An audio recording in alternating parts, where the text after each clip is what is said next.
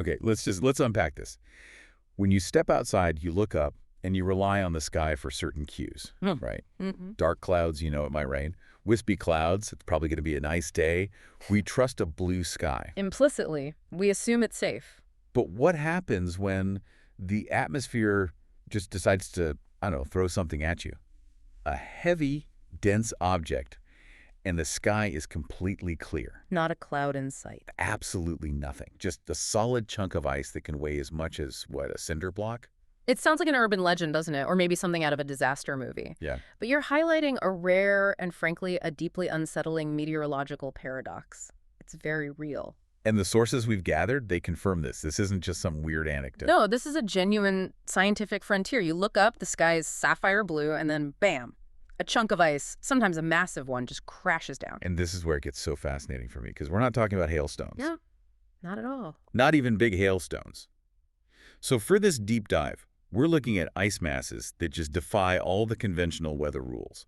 This really pushes against, centuries of meteorology. Precisely. And scientists, they've actually given them a formal name. They're called megacryometeors. Megacryometeors. And our mission today is to really get into the source material, the limited data, the main hypotheses, and the very real dangers to try and figure out what we actually know about why they form. And the danger they pose. The shocking danger they pose when they fall. Okay, let's start with the scale, because I think that's the real shock factor here. When people hear ice falling, they're thinking of, like, golf ball-sized hail. Right. This is categorically different. It's a whole different ballgame. We're talking about objects that look more like stones or blocks of ice, not the little spheres of hail we're used to. So how big are we talking? The sources confirm these things can reach, staggering weights, up to 20 kilograms. 20 kilograms. Yeah. Imagine holding 2 heavy bowling balls. That's the kind of mass that can just detach from a clear sky and fall. That's immense. And that brings us right to the core mystery. Standard ice formation needs clouds, right?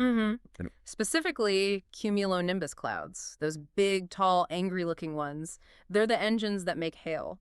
So how can something the size of a frozen turkey just fall on your driveway when the nearest cloud is hundreds of miles away? That's the puzzle we need to tackle first. And that's exactly why this topic, it excites meteorologists, but it also frustrates them. I can imagine. The accepted wisdom is that ice needs something to form around, a dust particle, some kind of nucleus, inside a massive cloud where moisture is just cycling up and down, freezing in layers. Okay, so if that's out, if that standard rule doesn't apply, then the megacryometeor has to be forming somewhere else. So what are the leading theories? Where's this stuff coming from? The consensus, or at least what we can gather from the few samples they've managed to retrieve before they melt, it points to the ice forming much, much higher up. Way above our normal weather systems. How high are we talking? Specifically in the upper layers of the atmosphere, maybe between, say, 8,000 and 12,000 meters up. It's a very unusual process that doesn't need that cloud structure as a kind of scaffold. So it's not starting small and getting bigger in a cloud. It's just appearing fully formed at that high altitude. That's the idea. The source material suggests it's a process of rapid, almost spontaneous creation. Wow. You have these extremely low temperatures up there, and you combine that with these pockets of compressed, supercooled water vapor. Okay. And under that extreme stress, the water vapor doesn't just freeze onto a particle. It sort of, it undergoes what we might call large-scale homogeneous nucleation.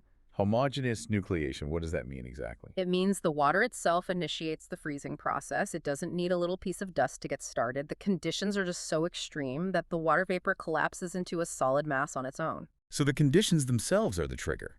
But why does it get so big, so fast, without a storm churning it around? And that is the truly rare part. It's why this doesn't happen every day. It requires what the sources call a perfect storm of conditions. And without an actual storm. Exactly, a perfect storm of atmospheric conditions. Okay, let's dig into those ingredients. What has to line up for the sky to just drop a 20-kilo ice ball? You need 3 specific things to converge at that altitude, and it's incredibly rare for them to happen at the same time. Good. First, obviously, the very low temperature to keep the ice stable. Right. Second, a pocket of high relative humidity, a really concentrated zone of water vapor. Okay, so cold and wet. But the third element is the trigger, and it's the one we understand the least. You need a sudden, localized disturbance or turbulence in pressure. A pressure disturbance. hmm Do the sources give any clue what causes that? Like what could do that way up there? The research is still ongoing, but a lot of hypotheses point towards things like atmospheric gravity waves or these very localized turbulent layers. Imagine a huge, silent ripple in the atmosphere passing through that one specific pocket of supercooled moisture.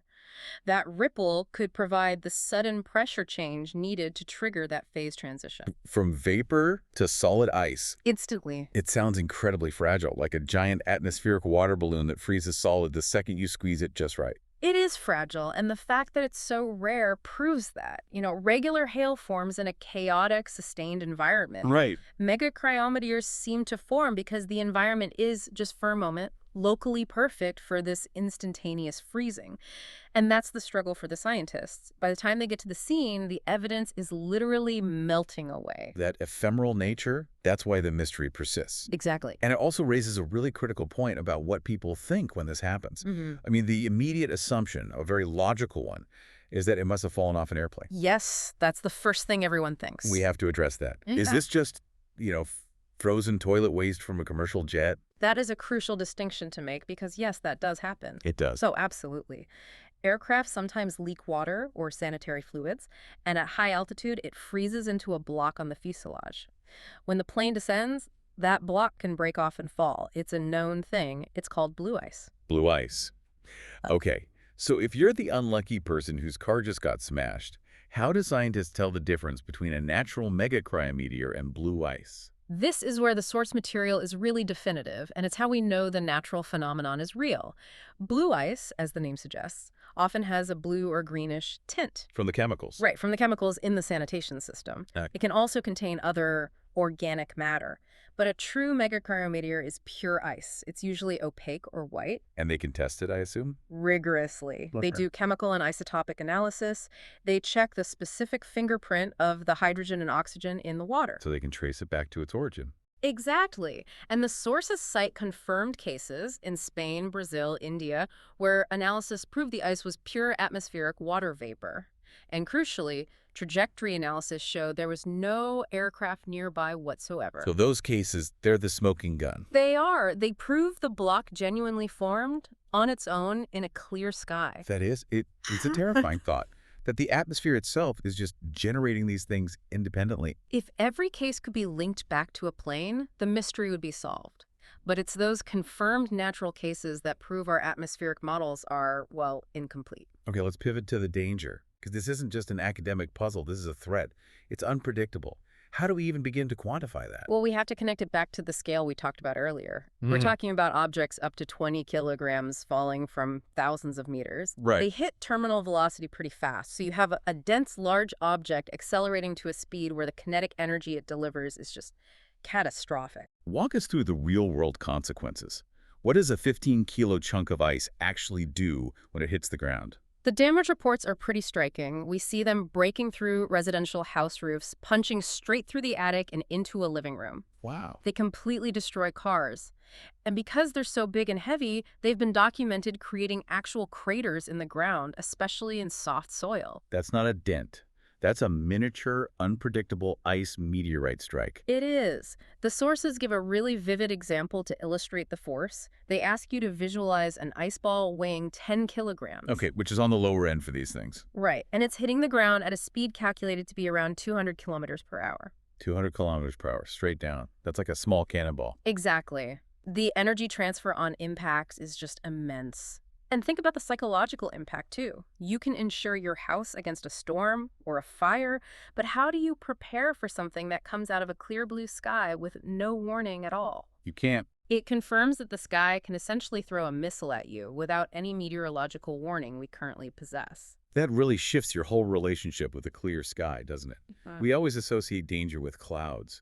This forces a complete rethink. It definitely forces a reconsideration of the forces at play in those upper layers we usually just assume are stable. Well, this deep dive has certainly proved that the most dramatic weather can also be the least visible.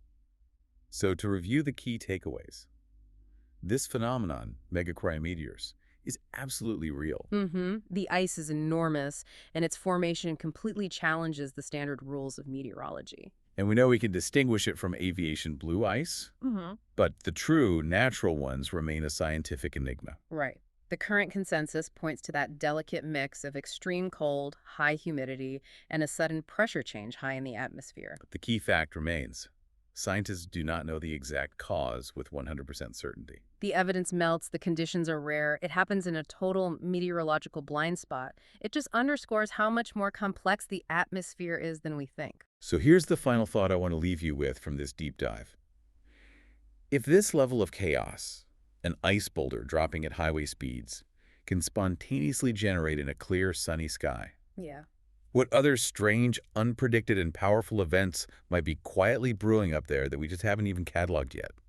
Maybe a blue sky isn't a symbol of tranquility. Maybe it's a high-altitude frontier capable of the ultimate surprise. It certainly makes you think differently the next time you hear a loud, unexpected